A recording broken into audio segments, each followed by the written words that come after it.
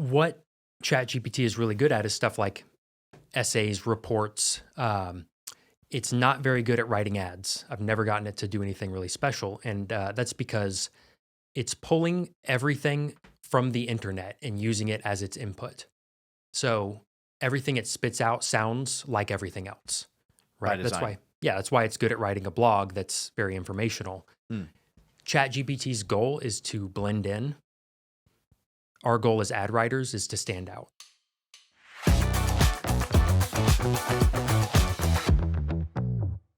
Welcome to the Maven Marketing Podcast. Today is Maven Monday. I'm your host, Brandon Welch, and I am joined by my co-host, Carter. Big haircut, bro. You're back so soon. I am. It's good to be back. This is the place where we answer your real-life marketing questions to help you eliminate waste in advertising, grow your business, and achieve the big dream. And this week, our big dreamers want to know all about AI. AI. And I said, I know a guy. So Carter was the earliest adopter at Frank and Maven, and therefore the resident guru for artificial intelligence. And for that, I say, attaboy. You like these bite-sized jokes? So it's a huge... That one was a flop. That was a flop. Okay, it's a huge topic. Yeah, way bigger than a lot of people realize, I think. That's what Carter's going to tell us all about. But if you've been hearing about AI, or if you're already using it, or if you don't know what the heck we're talking about, this episode is most definitely for you. Mm-hmm.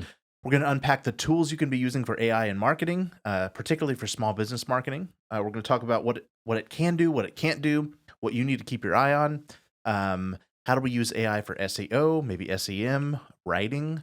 Can it replace certain tasks in your business? And what our best guess is for the future of AI and how you can stay in the know. Does that all sound reasonable? Yeah, it's a big topic. The biggest thing I think we want to share with people, we want them to come away with, is we just want to demystify this whole new thing of AI. It's a really shiny object right now. It is, yeah. There's a lot of flashy things saying they can do lots of things, and we just want to provide a path for that. So, yeah, confession. I must be getting old because I used to be the guy that was the first in line for the iPhone. I would, camp out all night and get the latest technology. I'd have it all in pre-order, and now I just dread those moments. I'm also sort of the skeptic, even though I've grown up. I was born into digital marketing. We've built a phenomenal agency. That's how we get phenomenal results for our clients. But shiny object syndrome is rampant in marketing. Mm-hmm. And so anytime you hear it's the greatest thing since sliced bread and you promise all these things, by the way, we're going to do an episode on that, how to avoid shiny object syndrome in marketing. That's coming up here in a few episodes. But generally, I'm the skeptic. But it didn't take long to figure out that AI is actually different. The threat or the promise of AI is actually real. And we're going to break through what that means for you. Are you missing the boat? What are some things that are going to happen in the next 1, 3, and 5 years? And what would you say about that, just in general? I just want people to realize how big it is and how big it's going to be. I truly believe that this is going to be bigger than the introduction of the internet and search engines. If you look at our lives before that, I didn't experience that. I'm not sure if I did. You did, yeah. Yep. We got our first computer when I was like 8. So wow, and the internet was like a year or two after that. So. Yeah, and I mean, I just think that the impacts of this are going to be at that magnitude and even greater, really. Yeah, so think about something you use so natively 20 times before you leave the house. That's probably going to be AI, or AI is going to be incorporated into those things and just enhance it altogether. So we're going to start with the obvious question for those who are just not quite in the know. What is AI and what is generative AI? We're going to break it down into 3 things. So this is your in or out moment. We're going to talk about how to create more things with AI, like maybe automatically. How to do customer curation, basically get your customers to the finish line faster or more consistently. And then productivity. What are some things that you can speed up in your business and get more out of less time? So, but first start us with we're hearing this term AI and generative AI. Yeah. Break it down for us. So for all of mankind, tools have been passive is the term. If you're, you want to break a rock and you're a caveman, you have to move your hammer, your stone to crack something open, Input, output. Even, the nicest supercar in the world, Mm. you have to hit the pedal in order for it to go. Mm. We're moving into an era where machines can do things on their own based on prompts. So you can give them a prompt Mm. and say, design a car for me, and it can design you 100 cars and you can pick your favorite. Wow. And that applies to writing, image generation, all these things we're going to talk about. So they can So- make very complex decisions based on a small amount of information because Right. they're pulling from a giant pool Yeah. of data, images, text that they can use. So I think of this as like things that Google does for us on a daily basis, or search engines. Yeah. It's finding stuff that's already been created, Mhm. right? And really, the system of Google is just sorting through what it believes to be the best information that's Mhm. already been created. Whereas AI is going to be, it's going to already have that, sort of life experience, if you will, of information. Mhm. And then it's going to find its own path based on how you ask the question, right? Yes. And Mhm. that is the mind-blowing thing, because it's going to think about things that have never been created. It's Mhm. going to find connections that have never been created by other human beings.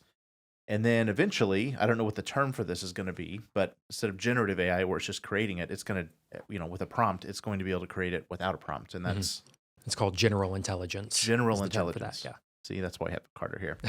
AI Noah guy, like I said. So, like I said, we're breaking down the concept of AI in your business to content creation, customer curation, and productivity.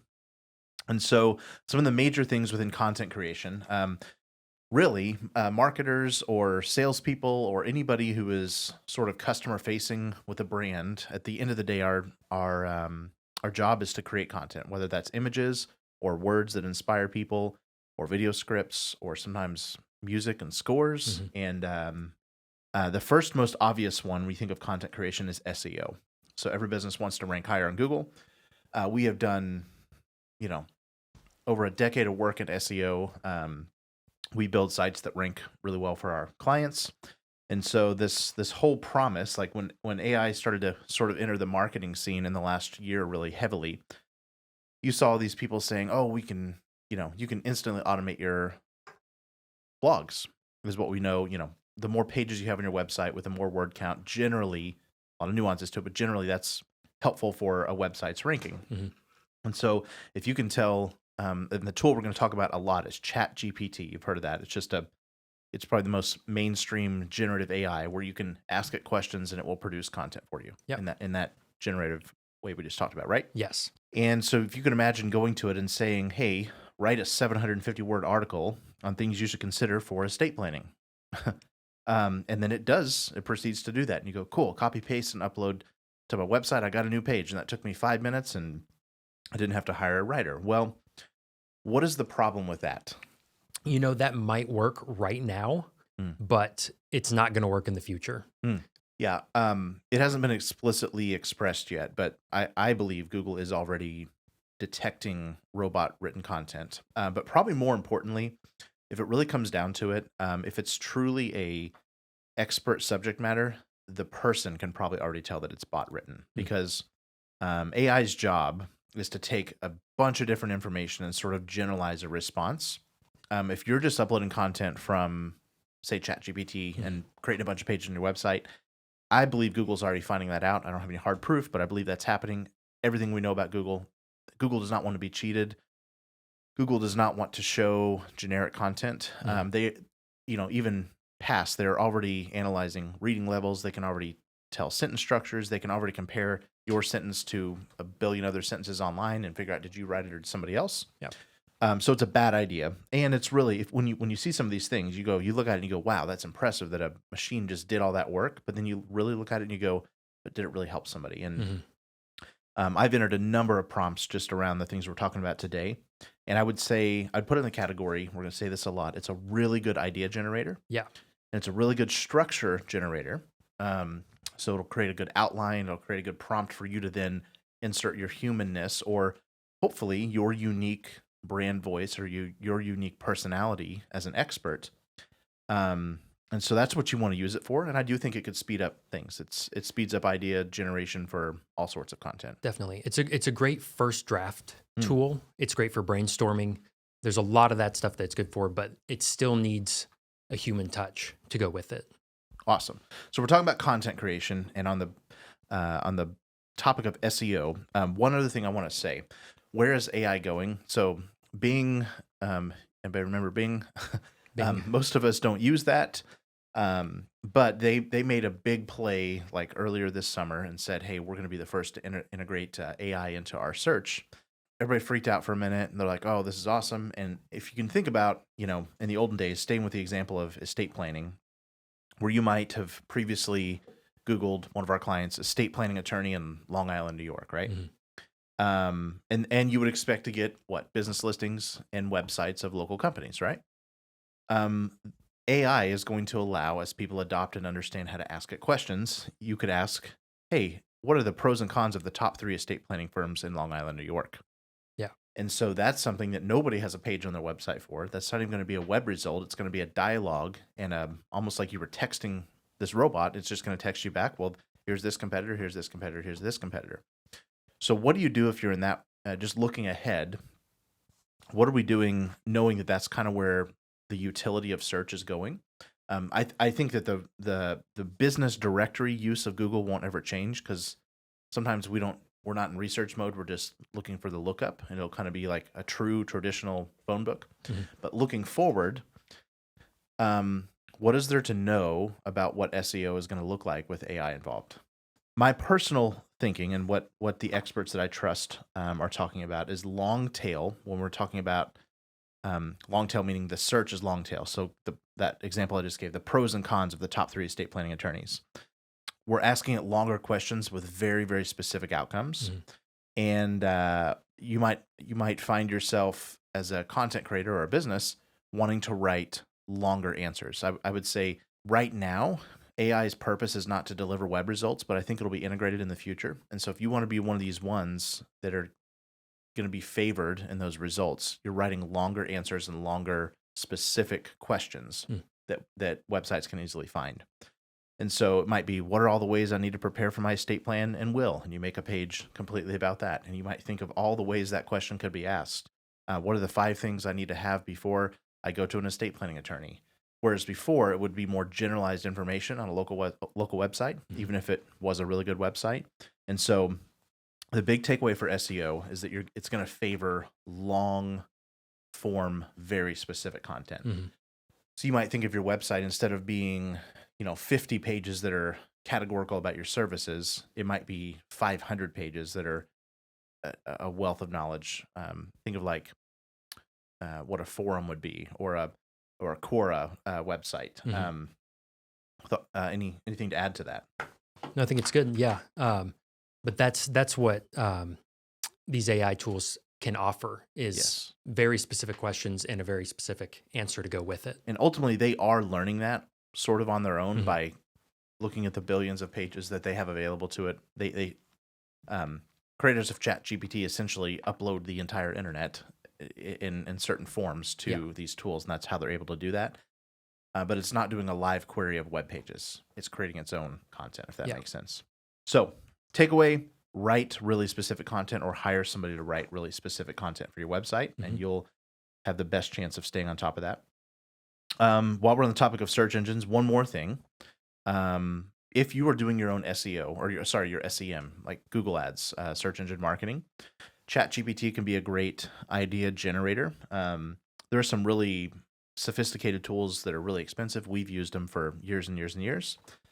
I can't say that ChatGPT or any of the AI tools are better than that yet, but if you're just running your own Google account, for example, you can get some really good prompts by saying, what are the most valuable keywords and phrases for an auto injury attorney, or a mechanic, or an HVAC company, or something like that. It might give you something you never thought of at all. You're like, oh, I didn't know that was even a good one. It does a lot of critical thinking and sort of predictive learning for you.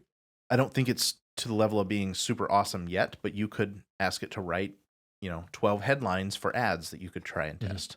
And the point is that you, as a human being, if you have any skill at all as a communicator, you can look at it and go, 3 of those are garbage. Yeah. 6 of them are probably good enough. 3 of them I could tweak and make better, right? So that's getting pretty nerdy. That's really experts using the tool just to speed the job up and maybe get more done in a shorter amount of time. And hopefully that means that instead of just saying, oh, we did 8 hours of work in 6, we did 6 hours of work so we could do 2 more hours and get even better results for our client, right? Mm-hmm. That's Yep. kind of our posture. So ChatGPT is your tool there. Jasper AI is also a good marketing tool that will actually write content a little bit more with a little bit more specific input. One of the things that it specializes in is, let's say you upload a piece of content, something you wrote, and you say, make this more lighthearted, and it can do that. Or make this sound younger. Yeah, Make younger. this sound like a 5th grader wrote it, or Yeah, make it more empathetic. right. And it can adjust your wording to make it Sentence structure. Yeah. Writing. There's a tool that I use, even Grammarly, that started to have some AI sentence structure additions, and it'll say, "Hey, here's 2 or 3 other ways you could write that sentence." Mhm. Probably 1 out of 10 times, I'm like, "Oh yeah, that's better," and 9 out of 10, I'm like, no." Yeah. So they're getting better, but the point is they're doing a lot of work. It's not just a spell check or a word replace or a thesaurus Mhm. anymore. It's saying, if you wanted to do that in fewer words or wanted to sound like this, those are some of the tools. So Jasper AI, Yeah. ChatGPT, and Grammarly. One of the ways that this has helped when I've used it a lot is by giving me something that's not good. And I go, oh, that doesn't work for this reason and that reason. And then I just have a jumping off point Yes. to make something better.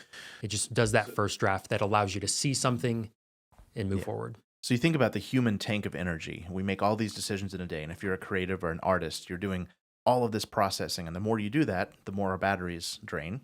I personally get about 2 hours of solid creative energy a day. And the rest of my day, I'm not good for the best ideas, right?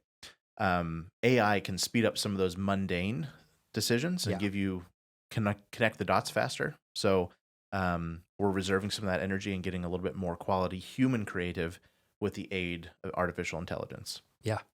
So something I'm really fond of that we've used is image generation and editing. And Carter and Nate, the camera guy, brought this to us. We take a ton of photos around here. We do a lot of photography for clients. Sometimes it's super important that it's spot on, a very, very specific product or something. But other times it's lifestyle or background imagery or texture. Talk to us about Midjourney. Yeah. Midjourney is my favorite thing of the last several years. It is an image generation tool. Basically, you can insert any prompt as crazy as you want, and it will give you several photorealistic, perfect images of that. They're really real. Yeah. Like, blew my mind. We'll put some up on the screen Yeah, of the various things that you can do with it. So give us an example of a prompt you've used for a client or a project. Goodness. We had we were actually doing this for a Facebook ad. We wanted to generate an oil painting of a modern bass fisherman in a speedboat on like a stormy sea. And I would just type it in and it gave us a whole bunch of options. That's something that does not exist in the real world. Nobody's ever taken a picture of that, probably. Yeah. Right? But it has so much data about what old paintings look like and what a bass fisherman that it's able to synthesize from scratch. If you're on YouTube, you'll see that picture right about now. Yeah. And see how I did that? Yeah. Every style you need, photography, logo design is a big thing that it can do.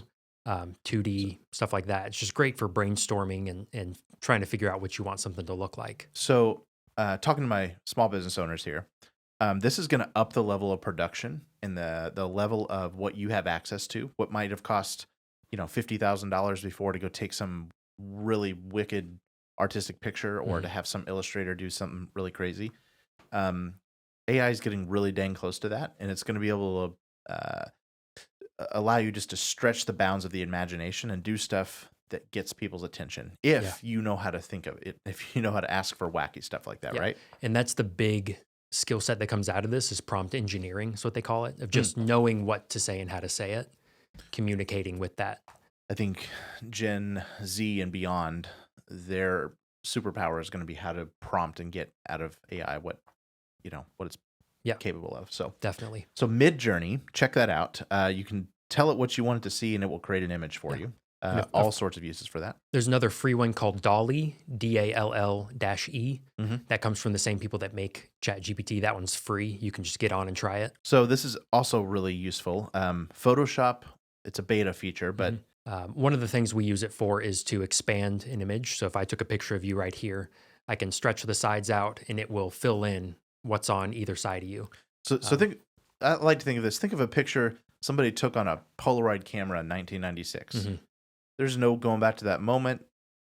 That's a very specific style of image. Upload that into Photoshop and you say, well, I need that image to be bigger to fill this billboard or this print ad Yeah. or maybe even this TV screen or whatever, or this perfect Facebook size. But I stretch it and I don't have enough picture to go. It will recreate that image Mm-hmm. and things that were around it, and it will make it look like a panoramic instead of a square picture, right? Yeah.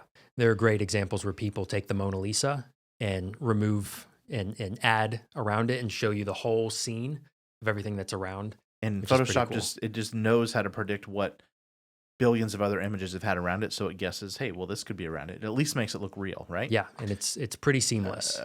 It's pretty creepy, is what it is. But And with that, another thing you can do is select a specific thing. Maybe you want to put something in your hand.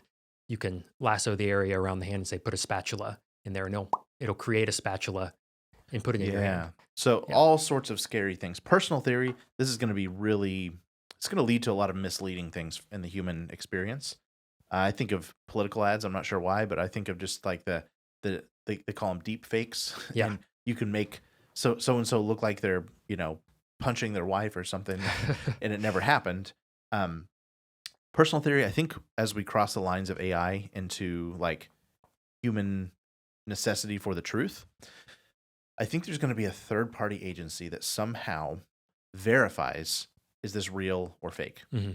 And sort of like in the college world where you've had to prove your citations over and over for you to have like the badge of approval and this is a real piece of content. Humans are going to be like just so overrun with doubt in media that it's going to mean less and less unless there's this badge of truth. Personal theory, brilliant business idea, I think, if you're the one to make that. Sort of like the BBB or any sort of verification. But Yeah. So this one's really cool. Talking about content creation, what are some things you can use AI for to make your words, pictures, sounds better in your small business marketing or presentations? Audio enhancement. Mm-hmm. So I'm going to do a real live test here. And we actually used this a few episodes back. Something glitched with a computer. And we had recorded this on these big, expensive microphones, thousands of dollars of, preamps and mics and stands and all that. And the audio recording from these mics right here, that one right there, it just basically failed. And so we had this great episode, and the audio on these tiny cameras, which is not near as good as this. It's actually really nasty. And we're in a room that it sounds like this. There's echo and stuff. So I'm gonna say, this is what audio sounds like on a little tiny camera microphone. And that's what we had to work with. And there's this thing called Adobe Enhancement. And Nate, the camera guy, and Carter were like, hey, it's totally good. We'll just throw it through this new AI enhancement. I'm like, you're full of it. Like, that's not going to work out. And so, like 48 seconds later, they sent me the whole file of an audio enhanced recording from a crappy microphone. And it sounded like this. So here's crappy small camera audio. Here is enhanced because they just did that in post-production. And then here it is on the regular microphone, and you tell the difference. So if you've got a video you've recorded on your iPhone, maybe you're doing a walkthrough of a house, you're a realtor, Mm-hmm. and it's bad audio and you can't, afford the big expensive production, or if you did what we did and you lost your fancy production, or you're just wanting to make things sound better in general, it's called Adobe Podcast Enhance, right? Yeah, it's just a tool you can get online. It's free. Just type in Adobe Podcast Enhance and Right it now pops it's free. up. Yeah, it's free right now. It's scary. Just removes any sort of echo, room tone, background noise, and it makes everything studio quality. Made me mad, to be honest with you. It made me so mad because we spent days getting our audio right in here, Mhm. and it just did it with a piece of software. So Adobe Audio Enhance, that's great for Facebook videos. That's great for anything you have an audio thing on, podcasts for that matter. So we talked about ChatGPT. Google Bard is like another version of ChatGPT Mhm. where it'll generate paragraphs of text for you. Yeah, that's a prompt. Google's answer to ChatGPT and what they're doing. Google freaked out for a minute. Google They- freaked out for a minute. They Yeah. moved resources big time when they saw Bing do that. Yep. The last one is 11 Labs for voiceovers. Talk about that one. Yeah, so 11 Labs is just one specific. I'm sure there are more, but it is a AI voiceover website that basically you go enter your script into a little box, click, there's like 10 voices you can choose from, and it will give you a very human, very realistic voiceover for your video that most people would never be able to tell is synthesized. So we're familiar for quite a while. There's been tools you can go type text and it will, make like Siri repeat it back, but you can tell it's a computer. This is like sounds as real as a human being, right? Yeah. Yep. So that's 11 labs. Check that out. So that gets us to the end of the content creation part of AI, and hopefully you're seeing that these tools can help you do access your talent faster. Can help you skip over some of the beginning brainstorming phases and get you off on that second best draft faster. Yeah. Second section, customer curation. And this is, if I was excited about the promise of AI in the last few years, this is probably the thing I'm the most excited about. I think it has the most real use for the people that are in a business right now going, hey, my experience is going to always be brick and mortar. It's always going to have some human element to it. I'm not trying to be some online digital only product. But one of the biggest burdens in a service-based business or even a high-end retail sales environment is that it takes a lot of touch points to talk to customers now. While that's a worthy thing to have an employee for, employees, when you have hundreds of customers, can't always get to them, often. Yeah. So customer curation, we're talking about chatbots. And so these are AI-driven things that can start conversations with customers. And really, based on what the customer types back, when they type back, how short they type back, it can determine their tone. It can determine what they're probably thinking and wanting to hear next. And it can create a dialogue that, in the absence of a real human, can get them to the finish line faster. Yeah. So we generate thousands of leads every week for our clients. And what we're starting to use is tools like Hatch and WooSender. And there are others, but these are the ones I'm most familiar with. And the lead, when it comes in, if somebody fills out a website form or maybe goes and starts a chat on the website, these robots, these chatbots, will follow up and say, "Hey, Carter, saw you were looking at the Black Midnight F-150. Isn't that an awesome color?" And and Carter's like, "Yeah, I really like it." Yeah. Because that's better than going, "When would you like to schedule your appointment?" And the chatbot might go, "I'd be happy to find a time you could come test drive that," right? Carter's like, "Well, that'd be cool." Yeah. And so, and then the chatbot goes, "Is Saturday at 8 a.m. good for you? Or I could have it ready for you to take a spin at 11:30, and it's that kind of language, right? We're using this a lot with lead generation clients, home improvement, even some of our higher end retail stuff. So in the background, we're telling our clients, if it's a real human doing it, they need to be talking 15 to 20 times to this person before they probably get a solid appointment.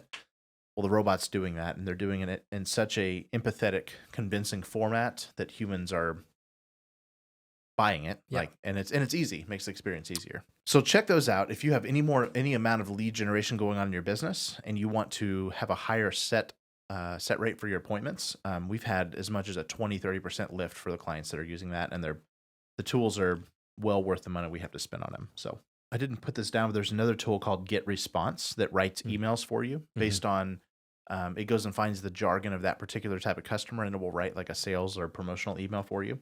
Grammarly also has a fair amount of that built into it. So Yeah. check those tools out. So that's customer curation. Last, productivity. And I think there's really no end to this if you know what you're doing with AI. But we're going to talk about some of the big ones.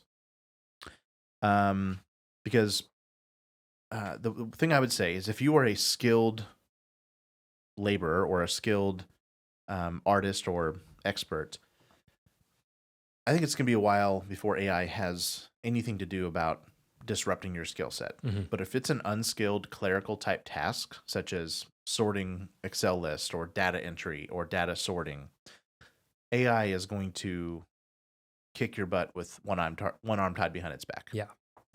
So the first thing I put down here was like sorting an Excel list. You can literally right now upload the last 10 years of your customer data, and you can say, find the zip codes of my most profitable customers.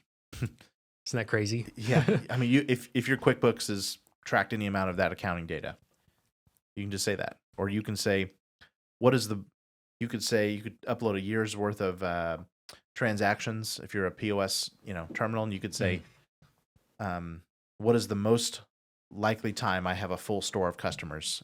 So you could use that to set your client employee schedules, Yeah. right? And you could put someone in a room for 3 days and just make them sit there and dig through it if you wanted, and they might be able they to come up probably with still it. wouldn't find it, to be honest with you. Or these tools can do it in 30 seconds. Literally 30 seconds. It's amazing. So that's really the profound, the data-driven stuff is the most profound use for it. Yeah. You could say, find my most profitable products, or find my employee who's making the most mistakes. An example of that, I had a period where I was, buying and selling things on Facebook Marketplace and eBay and flipper. I was flipping stuff. Yeah. Yeah. And I uploaded my year of all my sales and when things were bought and sold. And I said, find me any insights that I may not have seen. And one of the things it said is the items you buy in April and May are more profitable than any other month. And you said, hey, I never thought of that. Hey, I never thought of that. And I realize now it's garage sales and spring cleaning, that those are more profitable. Because people are ready to get rid of their junk. Never would have caught that, and there's so many things like that it shared with me. Because otherwise you just got a big pile of stuff and you're selling it as it goes, and you didn't really stop to think about where it came from, when it came from, because you got hundreds of things sitting there, right? Yeah, certain things that I've sat around on for a while and didn't realize, that's my most profitable item. And so there's all sorts of efficiencies that it can just pull out of data like that. Yeah, I'm thinking of my contracting guys and the products that have the most failures or the most callbacks. Find the list of products that had the most customer callbacks. And maybe you find some SKU that you didn't realize was a problem or something like that. So maybe you could edit your process or the manufacturer you use. So I would advise you, there's a bunch of great free videos just on any given category. I've seen a bunch of them for different industries. And if you're going, how can I use AI in my roofing business or my window business or whatever? Specifically, that is ChatGPT. It's GPT-4 and the code interpreter. If you're trying to look for this, that's what you for want the to code interpreter. Yeah. Tell them Carter Bro sent you. Okay. Summarizing meeting notes. This one's cool. I don't know. I could see us using this. So you can record a meeting using something like Otter AI is one that we use. Yeah. Upload a transcript and say, give me a 200-word summary. So maybe you're a nonprofit, you're running a big board meeting, and everybody had to say their thing, and it just gets 2 hours long, and everybody's glazed over, and so you're glazed over, and you just upload the whole transcript and say, give me a 200-word summary, and I'll send it out to everybody in an email. And on top of that, as you go, it will come up with action items. So when someone mentions, "Ooh, that's good. Let's circle back on that," or whatever, it makes a note of when that was said, and it will create a reminder for you. Otter. Yeah. You Otter, give that a try. Yeah. Otter AI. Yeah. So many tools. This is so actionable. You can use ChatGPT or a number of tools to do research. So an example I saw was, how does the logistics of raw material shipping work? And it spit out, an explanation that was really complex. And then you can say, again, explain it to me like I'm a high school student and I use lots of statistics and data. And it'll reword that answer to give you a rundown and kind of make you a quick in the know person on that topic. Yeah. Another example that we had was, give me 5 creative ideas for small, thoughtful gifts to give employees for their birthday, right? And that might have taken an assistant 2 hours of searching all over the internet before, Riley. And although I would put Riley up against any dumb old chatbot any day. You're going to like your birthday gift better if she picks it. But let's just say you're just trying to do something quick like that. Please don't use this on your wife. Here's an example of that. Me and some friends were in IKEA, and my buddy was buying a rug. Oh, man. And we had to put it in the back of my car. And we're like, is this going to fit? What do we do? Do we buy it and go see if it fits and then return it if it doesn't? I got on ChatGPT and said, can a rolled up 9-foot, 10-inch rug fit in the back of a 2013 Toyota RAV4 with the back seats put down? And it ran all the numbers, found the stats, and said, yes, you can do that if you put it over the center console, straight through the middle. And it did. And that was like a 30-second ordeal. Yeah. So it just shows there's so many weird little applications that it's... Nobody would have thought to write a page about that on their website. Yeah. How creative can you get? And frankly, nobody would have benefited from that. IKEA wouldn't have really benefited from that because you're going to buy the rug anyway. Yeah. Toyota RAV4 wouldn't have benefited from that. That's just user friendly information. Like, Mhm. so that's awesome. You need a Just Carter. time savers. Yeah. Yeah. If you need a Carter to help you know what to ask these things, because that just gave me like 20 ideas. How do I get my kids to clean their room before 7:45 every night? Yeah. You could have ChatGPT create you a recipe that's never been done before. Mhm. How do I blend these 3 ingredients? On that topic, there's a feature now where you can take a picture of the contents of your fridge, upload it, and say, what can I make with this? And it analyzes everything in your fridge and gives you recipes. Even your fridge, Nate the camera guy. Maybe not mine. I've got like mustard, some Chick-fil-A sauce packets, I'd like to see what that would some do. eggs. Yeah. I like this one. We talked about writing emails. 7th Sense also figures out the best time to schedule emails where people will actually open them. So it studies the past history of your, basically your list, and it might find that these 5 people open emails at 2:31 every day, Mhm. and these people only open emails before 5 a.m. Yeah. And so it'll kind of customize your sending schedules. I believe that pairs with HubSpot. So for using that CRM. And then kind of the last one, customer satisfaction. So if you're a big brand or you have a lot of locations or a lot of customers, and you want to keep an eye on what people are saying about you, Brand 24. There's other tools, but this is the one that I liked the best. It listens to mentions about your brand, determines if they're positive or negative, and will, I think, suggest responses that you can give to people, say across Google, Yelp, Yext, things that you probably haven't even thought of where people might be talking about your company. Mhm. So tons of tools out there that can do that. So we've gone through content creation, all the things you can ask ChatGPT to help you generate ideas for blogs and images and video scripts. We've gone through customer curation, chatbots like WooSender and Hatch to help you contact your customers quicker and with better speed and better conversations. And we've gone through some productivity things. Is there anything else that you'd like to add, Carter, about SEO in general? I think you covered it. I think there's some really good stuff there. I think the big thing that I'm not sure if we mentioned this about, particularly writing with ChatGPT or these tools, is what is it good at? What does it fail at? And a big thing there is, it can write things like blogs, although we've kind of explained why you don't want to just take what it writes and put it on your website. Right. But it can write something that is indistinguishable from a human for the most part, Right. That's why high school students are using it for their essays on The Great Gatsby or whatever. Can AI write good ads?